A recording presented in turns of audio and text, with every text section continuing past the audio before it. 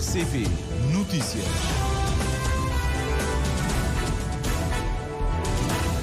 Já temos 13 horas em Cabo Verde. Vamos dar início ao Jornal da Tarde da RCV para esta sexta-feira, 10 de maio, e abrimos com os títulos.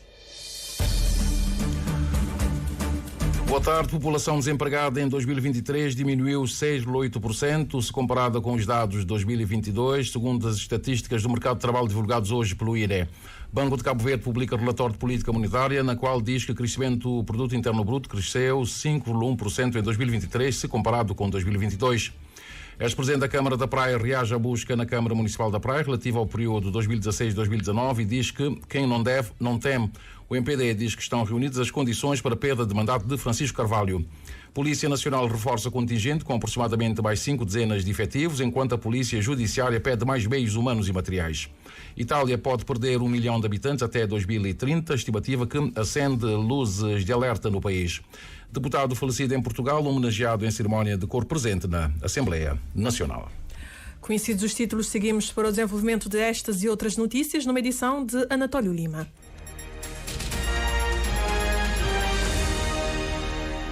Amigo ouvinte da Rádio de Cabo Verde, muito boa tarde. A taxa de desemprego em 2023 situou-se em 10,3%, registrando uma diminuição de 6,8% se comparado com 2022. A taxa de subutilização de mão de obra em 33,6%, de acordo com as estatísticas do mercado de trabalho divulgadas hoje pelo INE. A taxa de subutilização de mão de obra é um indicador instituído em 2022, seguindo as orientações da Organização Internacional do Trabalho e que, pela primeira vez, é divulgada uma nota de imprensa pelo INE. Os dados apurados pelo Instituto Nacional de Estatística apontam que a população ativa é de 212.313 indivíduos e houve uma diminuição em relação ao ano 2022 em 0,8%. A população empregada de 190.461 indivíduos diminuiu em relação ao ano 2022 em 0,1%. A taxa de emprego situou-se em 51,8%, a mesma taxa registrada no ano 2022. A população desempregada de 21.853 indivíduos registrou uma diminuição de 6,8% relativamente ao ano 2022. A taxa de desemprego situou-se em 10,3%, valor inferior em 0,7 pontos percentuais em relação a 2022. A população ativa, de acordo com o INE, de 155.201 indivíduos, aumentou em 5,8% em relação também a 2022. A taxa de inatividade situou-se em 42,2%, tendo registrado um aumento em 0,4 pontos percentuais em relação também a 2022. A subutilização da mão de obra de 84.842 indivíduos diminuiu em relação ao mesmo período em 5,1%.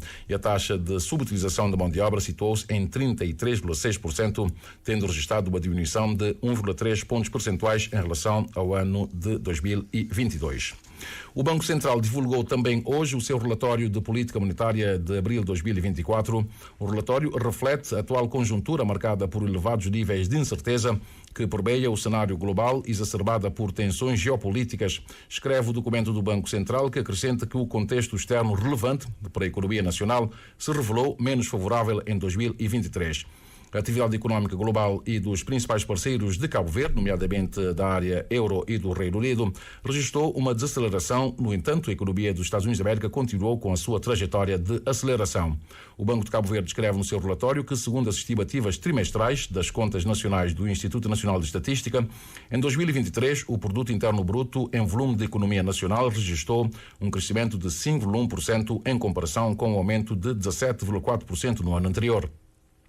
No que diz respeito à procura, o contributo negativo da procura interna e a redução das exportações líquidas foram fatores determinantes para esta evolução da economia nacional.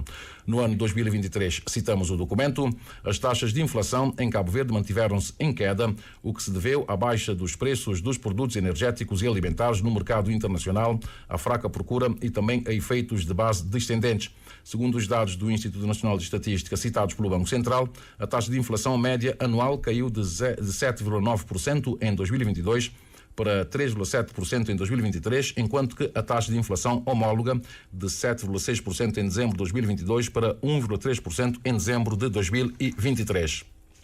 De acordo com as informações ainda provisórias, do lado das contas externas, destaca-se o déficit da balança corrente que registrou em 2023 uma deterioração face ao ano anterior. O déficit corrente apresentou um aumento equivalente a 3,2% do produto interno bruto.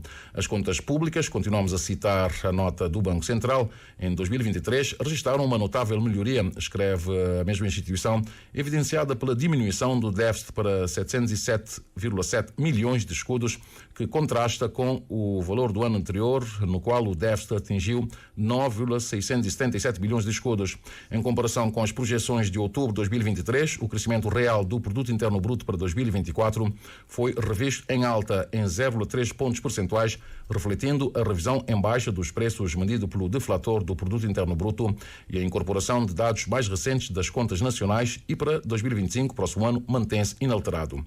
Prevê-se que a inflação média anual deverá baixar para 1,2% em 2024 e 1% no próximo ano, favorecida pela expectativa de queda dos preços das matérias-primas energéticas e também não energéticas no mercado internacional, pela atenuação dos constrangimentos no abastecimento das pressões decorrentes dos custos dos fatores de produção, bem como por algum impacto do pendor restritivo da política monetária. Ciente das incertezas que rodeiam as perspectivas económicas e financeiras nacionais, agravadas pelas tensões geopolíticas, o Banco de Cabo Verde, continuamos a citar o seu comunicado, continuará a acompanhar de forma apertada a evolução dos indicadores de referência, mantendo uma postura atenta e dependente dos dados, intervindo a qualquer momento com os instrumentos disponíveis para salvaguardar o regime cambial em vigor. Para mais informações, o amigo ouvinte pode aceder ao site do Banco Central, www.bcv.cv, no qual poderá encontrar o relatório na íntegra. E o governo está confiante quanto ao próximo desembolso de cerca de 13 bilhões de dólares como consequência da quarta avaliação do FMI. O ministro das Finanças está otimista quanto ao crescimento da economia nos próximos anos, em 5%, crescimento para além daquilo que estima o FMI, que estima um crescimento na ordem dos 4,7%. É um assunto que está a ser trabalhado, em relação ao qual voltaremos mais à frente neste jornal.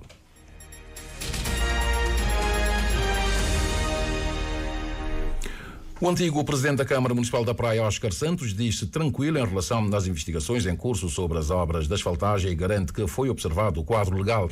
É a reação do ex-presidente da Câmara Municipal da Praia sobre o mandado de busca e apreensão no âmbito da investigação da aplicação do Fundo de Sustentabilidade Social por Turismo entre 2016 a 2019. Ontem foram cumpridos 2 mandados de busca e apreensão, uma à Câmara Municipal da Praia e outra à empresa Construção Barreto, conforme o Isantório dos Reis. Na mira da Justiça estão documentos relacionados com concursos e execução de 6 obras de asfaltagem nos bairros de Palmarejo, Várzea e Platô, na cidade da Praia, uma declaração irrevogável emitida por Oscar Santos, enquanto presidente da Câmara Municipal da Praia, a favor de um banco da praça, processo de concurso para a execução de empreitadas envolvendo 3 empresas de construção civil, atas das deliberações da Câmara Municipal da Praia e pagamento efetuado a uma empresa de construção civil, conforme nota do despacho que autoriza as buscas, assinada pela procuradora Kili Fernandes de Pina. Esses elementos de prova não foram entregues à Inspeção-Geral das Finanças para as averiguações. A autorização de busca e apreensão referem-se ao período de 2016 a 2019 e investigam a aplicação do Fundo de Sustentabilidade Social para o turismo. Em relação às buscas ocorridas ontem, o ex-presidente da Câmara Municipal da Praia, agora governador do Banco de Cabo Verde, Oscar Santos, afirma que está tranquilo em relação às investigações em curso e disponível para esclarecer todas as dúvidas. O meu nome não consta, portanto, na lista dos suspeitos, portanto, o Ministério Público é claro. E, eventualmente, há uma investigação sobre obras das asfaltagens, que foi feito no âmbito de uma parceria pública ou privada. Eu estou tranquilo, portanto, é normal que haja parceria, a Câmara, portanto, tem essa autonomia para fazer. O contrato foi assinado, foi visado pelo Tribunal de Contas, os justificativos foram apresentados. Se há qualquer esclarecimento, estou 100% disponível para esclarecer. Não tenho mais nada a dizer sobre isso. Mas não acha estranho essa diligência ter sido feita só agora? Mas isso é uma pergunta que deve fazer ao Ministério Público, não a mim.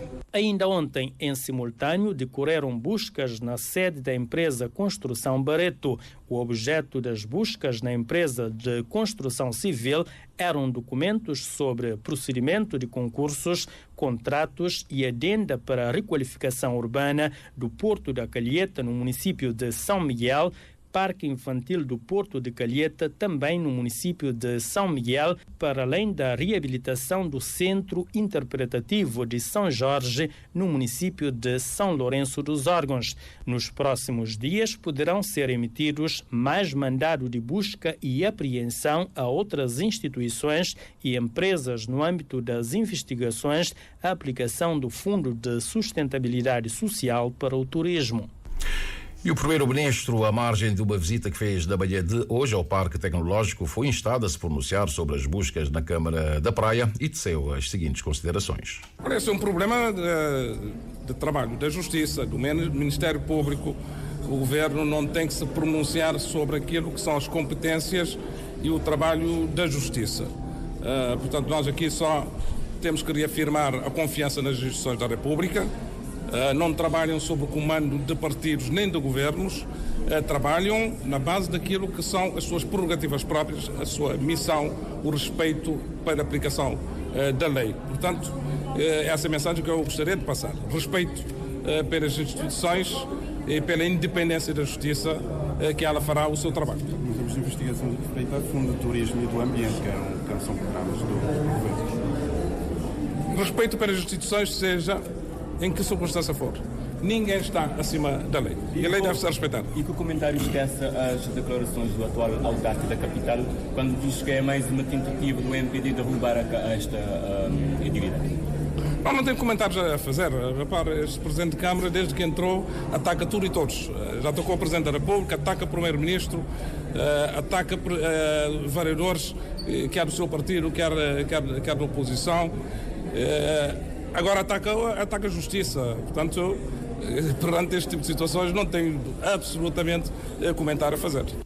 O primeiro-ministro José Ulisses Correia e Silva reitera que o assunto é de foro judicial e o governo não deve se pronunciar sobre o trabalho da Justiça, que não trabalha sob o comando do governo ou dos partidos. Por isso, deve-se respeitar as instituições, a sua independência e diz mais que ninguém está acima da lei.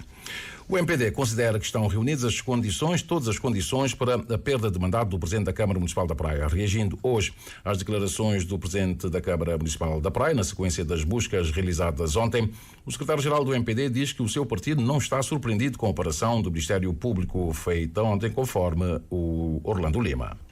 Sem surpresas, porque as denúncias de irregularidades na idilidade praense vieram de vereadores do próprio PAICV. Diz o secretário-geral do MPD, para quem estão reunidas todas as condições para a perda de mandato do presidente da Câmara Municipal da Praia. Estão reunidas todas as condições para a queda de mandato do presidente da Câmara da Praia. Se o presidente da Câmara da Praia for julgar, muito dificilmente não terá como consequência queda de mandatos, porque ele tem ilegalidades administrativas graves. Inventou a aprovação do orçamento diretamente na Assembleia Municipal. Ele já aprovou 3 orçamentos diretamente na Assembleia Municipal. Só bastam 2 orçamentos ilegais para o Presidente da Câmara cair. Portanto, ele, por essa via, cai. O Presidente da Câmara da Praia não efetua reuniões regulares conforme previstos nos estatutos dos municípios. A ausência de reuniões regulares também é uma ilegalidade grave que dá queda de mandato do Presidente da Câmara. E existem mais factos que podem ser acoplados a esses 2 para dar a queda de mandato do Presidente da Câmara da Praia. São factos palpáveis que existem, diz Luís Carlos Silva, por isso o MPD aguarda pela decisão da Justiça. Obviamente, nós respeitamos a Justiça, nós levamos os processos à Justiça e ficamos à espera da Justiça agir. Nós, tendo conhecimento da gravidade das denúncias, acreditando que a Justiça funciona, nós não ficamos surpresos com essa busca. Podíamos dizer que esta busca tocou por tarde. Luís Carlos Silva recorda as recentes denúncias feitas pelo próprio auditor da Câmara da Praia. O auditor diz que a Câmara Municipal da Praia está completamente desorganizada, imersa é um ambiente de corrupção e enfrentando sérios problemas financeiros. Há indícios claros de que a gestão administrativa, financeira e patrimonial da Câmara Municipal da Praia está direcionada aos interesses de um grupo de pessoas facilmente identificáveis, composto por decisores da Câmara Municipal da Praia e determinados operadores econômicos. MPD espera que todas as denúncias sobre supostas ilegalidades na Câmara da Praia, mesmo durante a gestão de Óscar Santos, sejam devidamente averiguadas. E a situação reinante na Câmara da Praia e o impasse na Câmara Municipal de São Vicente são dois casos diferentes. Esta é a leitura do secretário-geral do MPD. São dois casos diferentes. Primeiro, ambos os casos têm início num quadro de ingovernabilidade por ausência de maioria. Na Câmara Municipal de São Vicente, a ausência de maioria foi determinada pelas eleições. No caso da Câmara Municipal da Praia, a ausência de maioria surge por incompatibilidade interna ao PICV. O PICV tem maioria absoluta para governar a Câmara da Praia. Perdeu a maioria. O que é que aconteceu aqui? Há uma situação de ingovernabilidade. No caso de São Vicente, não há uma tentativa de governar fora do contexto legal, fora do contexto democrático. Não vimos o Presidente da Câmara de São Vicente, por exemplo, a aprovar orçamentos fora do quadro legal.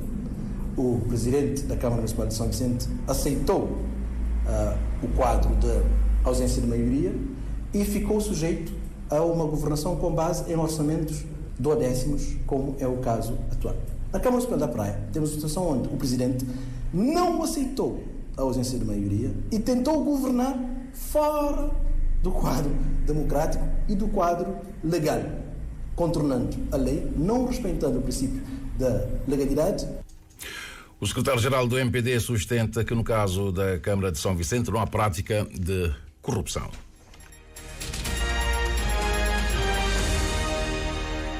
O amigo ouvinte está em sintonia com a rádio de Cabo Verde, Jornal da Tarde, 13 horas mais 17 minutos. Nenhum país pode bater as suas portas escancaradas à imigração sem um mínimo de controle. O alerta é do primeiro-ministro José Luís Correia e Silva, deixado na conferência sobre a imigração em Cabo Verde, que decorre hoje na Universidade de Santiago.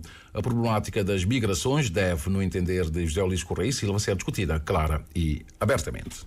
No sentido de se encontrarem soluções eficazes da regulação de fluxos migratórios e do combate eficaz contra crimes e criminosos que se alimentam de negócios que colocam milhares de pessoas em perigo através de travessias marítimas e terrestres e milhares de pessoas em situação de indignidade humana através da exploração de mão de obra desprotegida e vulnerável nos países de acolhimento.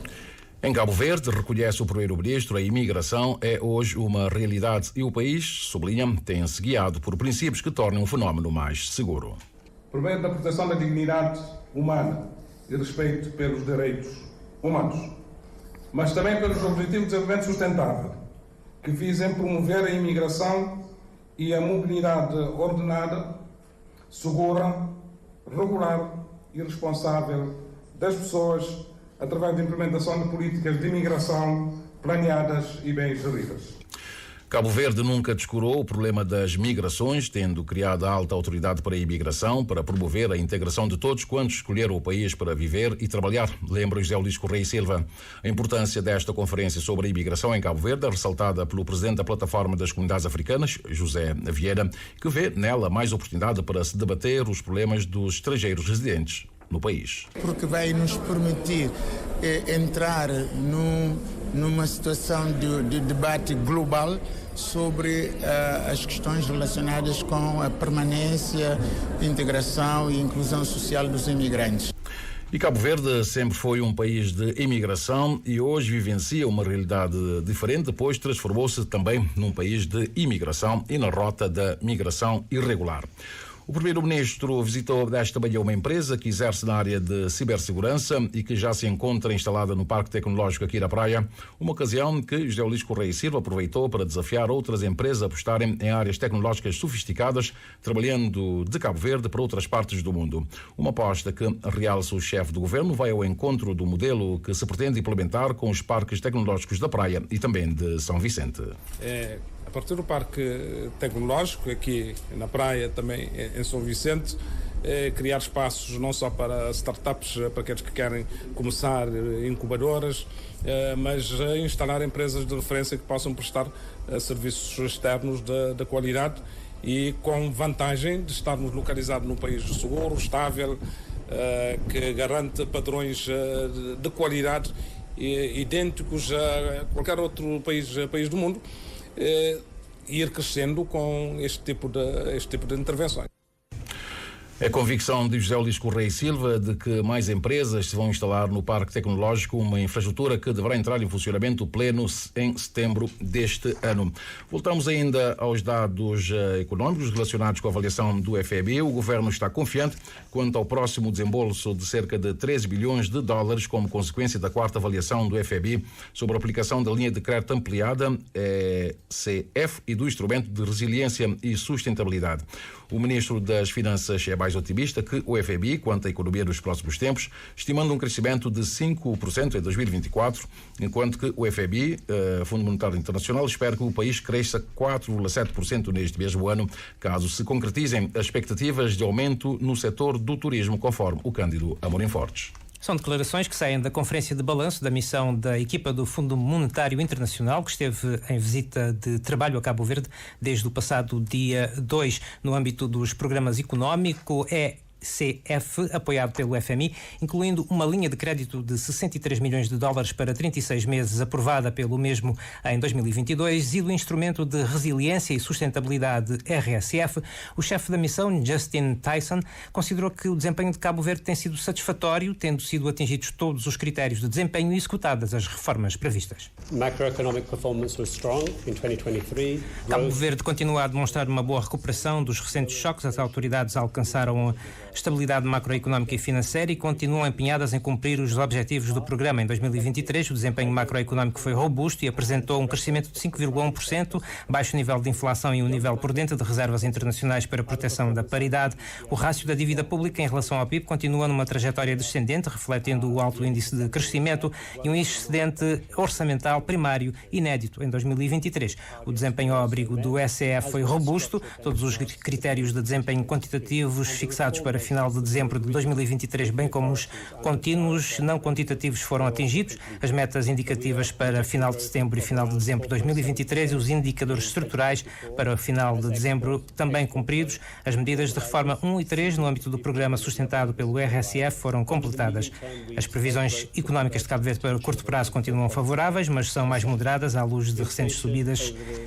O crescimento do PIB real está projetado em 4,7% em 2024, à medida que o crescimento de exportações normaliza na sequência da retoma dos níveis de chegada de turistas. A economia deverá convergir para um crescimento potencial de 4,5% até 2028. A projeção de inflação é de 2%, em linha com a inflação na zona euro. Já o vice-primeiro-ministro e ministro das Finanças manifesta-se confiante quanto ao próximo desempenho de cerca de 13 milhões, desembolso, melhor dizendo, de cerca de 13 milhões de dólares do FMI ao abrigo dos instrumentos de apoio do Fundo Monetário Internacional.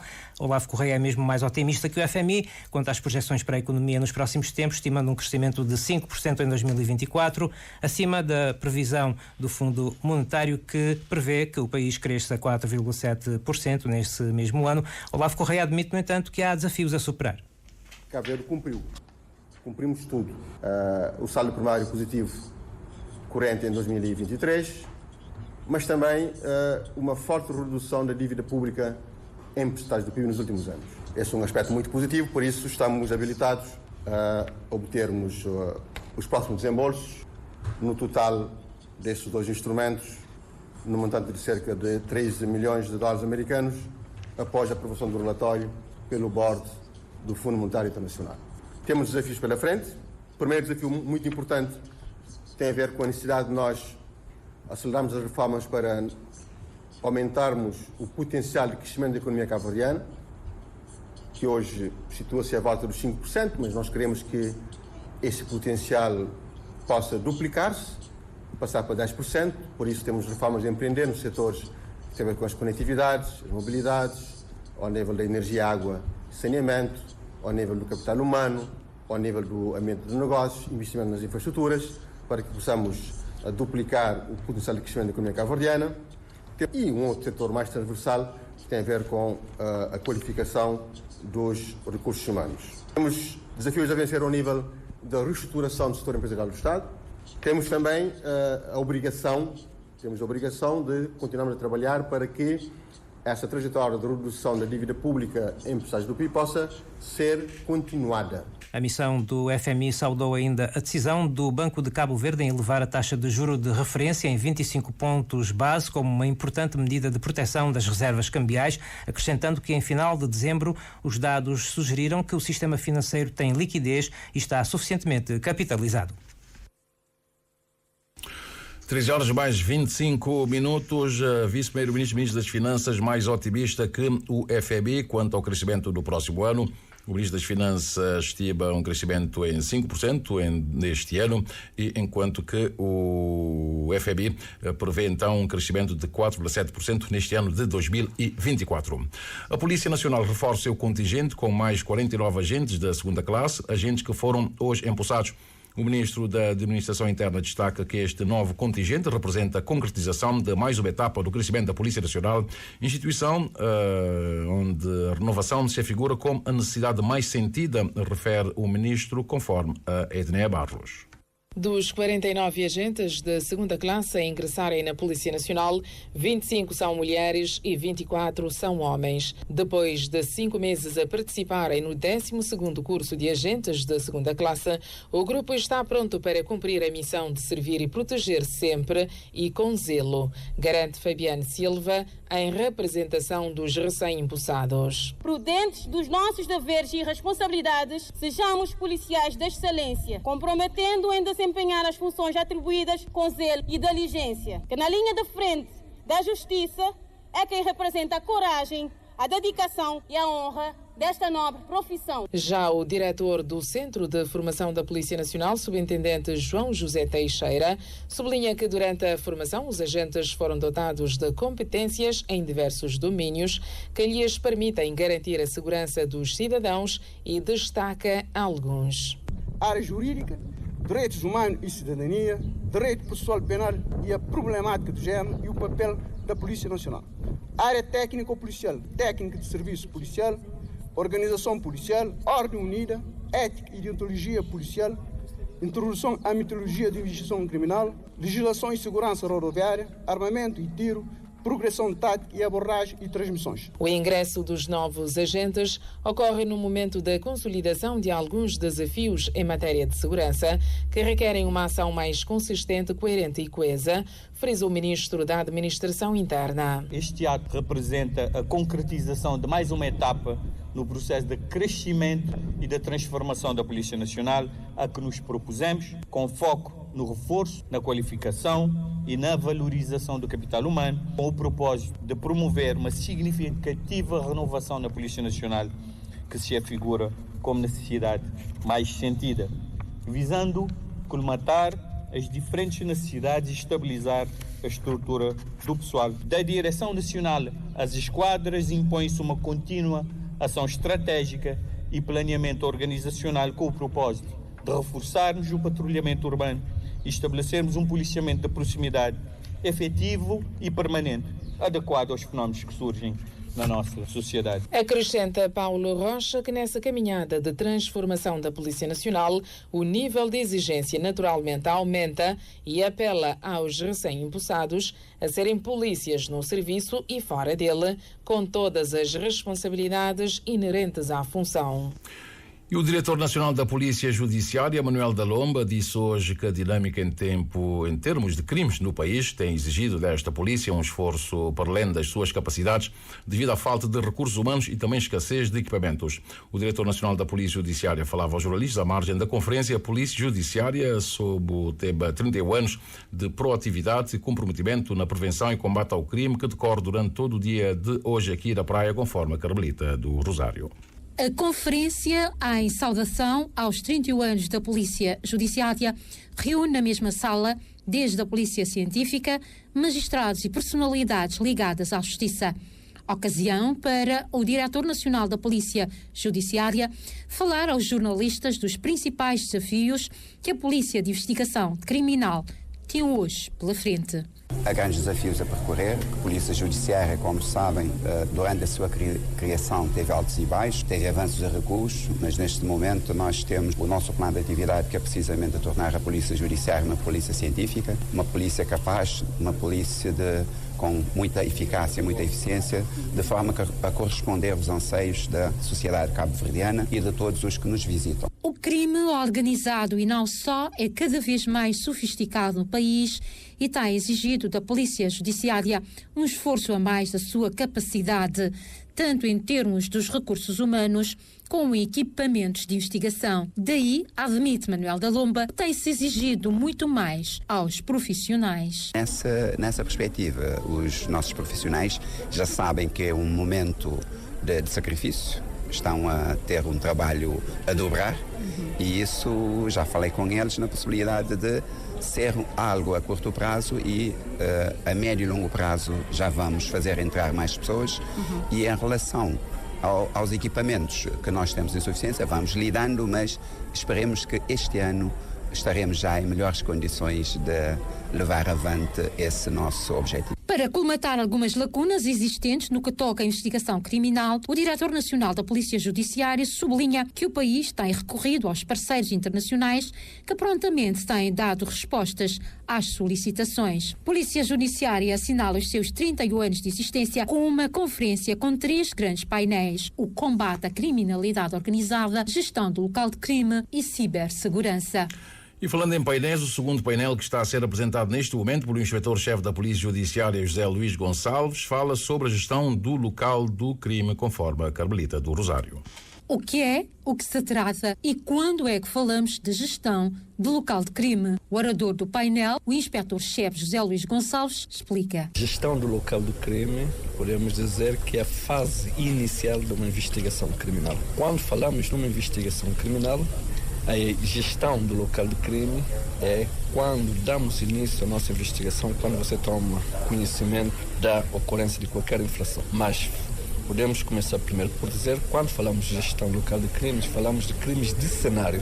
E crimes de cenário, o cenário, e nesse caso estamos a falar de cenário de crime físico, porque são crimes patrimoniais, são crimes contra pessoas. Deve-se evitar de todas as formas a contaminação do local de crime, sob pena de eliminar vestígios que podem pôr em causa o próprio desfecho do processo até se transitar em julgado. É necessário tomar todas as precauções necessárias, porque a primeira abordagem é justamente que vai nos permitir ter o sucesso, né? E falando da continuação, se houver uma má abordagem, havendo uma má abordagem, e entrada de forma desorganizada e manipulação, e estará comprometida a cadeia de custódia de prova. E estará comprometida também um julgamento. Perfeitamente, porque assim já o juiz não terá a convicção necessária, não terá os elementos necessários para fazer um bom julgamento. E quando assim é, o infrator acaba por ser impune. Inspetor-Chefe da Polícia Judiciária, José Luís Gonçalves, falou à RCV sobre a gestão do local de crime, um painel do qual o orador está a discorrer neste preciso momento. 13 horas mais 33 minutos, Jornal da Tarde da Rádio de Cabo Verde. Falemos agora das cerimónias fúnebres do deputado Edson Alves. Numa cerimónia de corpo presente, a Assembleia Nacional homenageou e despediu-se do deputado Edson Alves, do PAICV, falecido no dia 3 de maio em Portugal.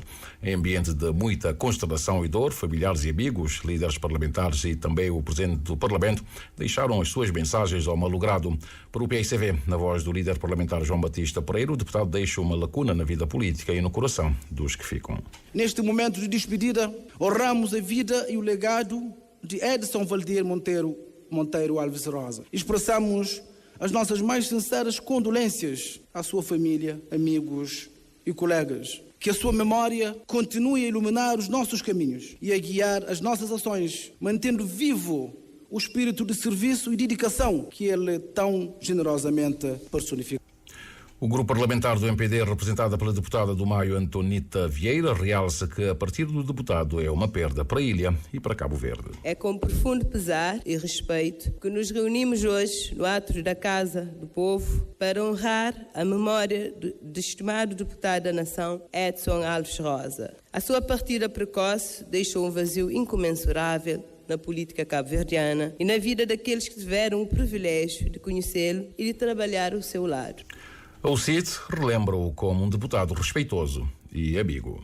E o Parlamento não será igual com a partida do nosso colega. Nós da UCIT sentimos muito esta perda, porque foi um colega respeitoso, amigo, ele foi sincero nas suas amizades. Por seu turno, o presidente da Casa Parlamentar, Austelino Correia, recorda o deputado como uma pessoa tranquila e com grande senso de responsabilidade. A morte chega cedo e chegou cedo ao Edson Alves. A minha firme esperança é que a sua partida prematura mexa com a consciência de cada um dos deputados e deputadas e nos obrigue a seguir esse legado deixado pelo Edson Alves. Serenidade, tranquilidade, elevação, sempre na defesa firme dos nossos ideais e daquilo que nós acreditamos. O senhor deputado serviu com dignidade a este Parlamento e Cabo Verde. O corpo do malogrado segue ainda hoje para a Ilha do Maio, onde vai ser sepultado. O ato está marcado para amanhã, sábado, às 11 horas. Vai também haver outros atos aí na Ilha do Maio.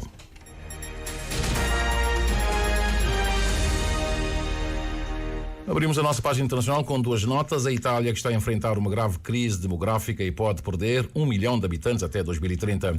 O país tem uma das taxas de natalidade mais baixas da União Europeia e está a envelhecer a um ritmo muito superior ao dos outros países europeus. A resolução da crise demográfica é um dos principais objetivos do governo italiano e uma das grandes prioridades da agenda europeia dos irmãos da Itália, a partir da primeira-ministra. Uma conferência de 2 dias realizada em Roma ofereceu a oportunidade de discutir o que está a ser descrito como uma emergência nacional interpartidária. Os especialistas afirmam que, se a tendência se mantiver, a população italiana de 59 bilhões de habitantes poderá diminuir em quase 1 milhão em 2030. De acordo com os dados recentes divulgados pelo Instituto Nacional de Estatística italiano, o número médio de filhos por mulher diminuiu de 1,24 em 2022 para 1,2 em 2023. O envelhecimento da população causa problemas tanto no sistema de pensões como também no sistema de saúde. Só em 2023 o governo italiano investiu cerca de 1.000 bilhões de euros em medidas destinadas a ajudar as mulheres a conciliarem a maternidade e o trabalho. Os partidos da oposição afirmam que o governo deveria fazer mais para aumentar a taxa de fertilidade e os especialistas dizem que o último orçamento não incluiu medidas suficientes para resolver o problema. Políticos e analistas parecem concordar que, nas últimas décadas, os governos da Itália não conseguiram construir uma estratégia sólida para enfrentar o declínio demográfico ou, pelo menos, evitar que a taxa de natalidade do país caísse ainda mais. O presidente russo Vladimir Putin propôs ao presidente da Guiné-Bissau, Umaru Sissoco Embalo, o desenvolvimento da cooperação bilateral entre os dois países, de acordo com a agência estatal russa RIA Novosti. Vladimir Putin e Umaru Sissoco Embalo estiveram reunidos em Moscovo. Embalo deslocou-se à capital russa para o desfile do Dia da Vitória, que celebra a vitória russa sobre a Alemanha nazi no final da Segunda Guerra Mundial. Em declarações na presença dos jornalistas, Vladimir Putin elogiou a atenção que o chefe de Estado da Guiné-Bissau presta ao desenvolvimento dos laços bilaterais entre as duas nações. Vladimir Putin convidou Sissoco Embalo a deslocar-se novamente à Rússia numa visita oficial, convite também feito pelo líder da Guiné-Bissau, o presidente da Rússia. O estreitamento das relações da Rússia com países membros da CPLP, como São Tomé e Príncipe e agora Guiné-Bissau, tem suscitado várias reações, particularmente em Portugal, que é membro da NATO e da União Europeia, também membro da CPLP, instituições que estão contra claramente as políticas e ações da Rússia, refiro-me a instituições NATO e União Europeia. Já temos 13 horas mais 38 minutos e meio. É o final da linha neste jornal. Como já é hábito, neste momento atualizamos os dados relacionados com a partida e chegada das aeronaves. Partiu do aeroporto da Praia a aeronave da SATA que vai para Ponta Delgada, mas deixa aqui atualizar a chegada em Ponta Delgada do aparelho da SATA. Está estimado então pelas 5 horas e 4 minutos. O aparelho da SATA chega em Ponta Delgada. De São Vicente partiu a aeronave da TAP que vai para Lisboa, com chegada prevista às 6 horas e 38 minutos. E da Praia também já partiu a aeronave da TAP, também vai para Lisboa. Chega um pouco depois às 6 horas e 55 minutos, horário de Portugal. Já deve ter partido também uma outra aeronave que é da TAP, que deveria partir do Sal, mas não o vejo neste momento. Da Boa Vista está a partir um aparelho da TUI que vai para Londres, mas é um voo que não nos diz muito respeito, é mais um voo de turistas. Da Praia, como dissemos, já partiu o aparelho da TAP. Deixe-me ver aqui, estou agora a ver sim o aparelho da TAP que saiu do Sal, vai em direção à capital portuguesa, com chegada prevista às 6h40 no aeroporto de Lisboa. Pela via marítima não temos muito movimento neste momento, temos o ferry Interilhas no Porto de Vales Cavaleiros no fogo. O Dom Tututa está a alcançar o extremo sul do Ilhéu Raso e deve aportar no Porto Tarrafal, aportar em Tarrafal de São Nicolau dentro de uma hora, se tanto. E por falar em Porto e Bar, falemos agora do movimento das marés, bem como o que nos dizem as tabelas solunares em relação aos melhores momentos para a pesca. Por hoje, sexta-feira, 10 de maio, o sol despontou às 6h07 e o pôr do sol deverá ocorrer às 18h53 e 45 segundos. A lua encontra-se na fase crescente, saiu pelo nordeste às 8h02 e vai se pôr pelo noroeste quando forem 21h38. A primeira baixa-mar aconteceu a 1h26 e a segunda será daqui a pouco às 14h01. A primeira praia-mar foi às 7h50 e a seguinte às 20h10. Os dados apontam que hoje pode ser um bom dia para a pesca, sendo o melhor momento das 13h50 até às 15h50. Para amanhã, sábado, a primeira praia-bar será às 2h04 e a seguinte às 14h46. A primeira praia-bar será às 8h32 e a seguinte às 20h55. Em relação à pesca, amanhã poderá ser um dia regular para pescar, sendo os melhores momentos das 2h19 até, ou então das 2h19 às 4h19, ou então mira das 14h48 até às 16h48. 13h41. Já vamos à reposição dos títulos. População desempregada em 2023 diminuiu 6,8% se comparada com os dados de 2022, segundo as estatísticas do mercado de trabalho divulgados hoje pelo INE. Banco de Cabo Verde publica relatório da política monetária, na qual diz que o crescimento do produto interno bruto é de 5,1% em 2023, se comparado com 2022. Ex-presidente da Câmara da Praia reage à busca da Câmara Municipal da Praia relativa ao período 2016-2019 e diz que quem não deve, não teme. O MPD diz que estão reunidas as condições para a perda de mandato de Francisco Carvalho. Polícia Nacional reforça o contingente com aproximadamente mais 5 dezenas de efetivos, enquanto a Polícia Judiciária pede mais meios humanos e também materiais. Itália pode perder 1 milhão de habitantes até 2030, estimativa que acende luzes de alerta no país. Deputado falecido em Portugal homenageado em cerimónia de cor presente na Assembleia Nacional. Tudo dito nesta edição do Jornal da Tarde, a edição de Anatólio Lima, técnica Adão Brito, e no apoio à realização esteve a Keila Brito. Às 14 teremos os títulos com a Edneia Barros.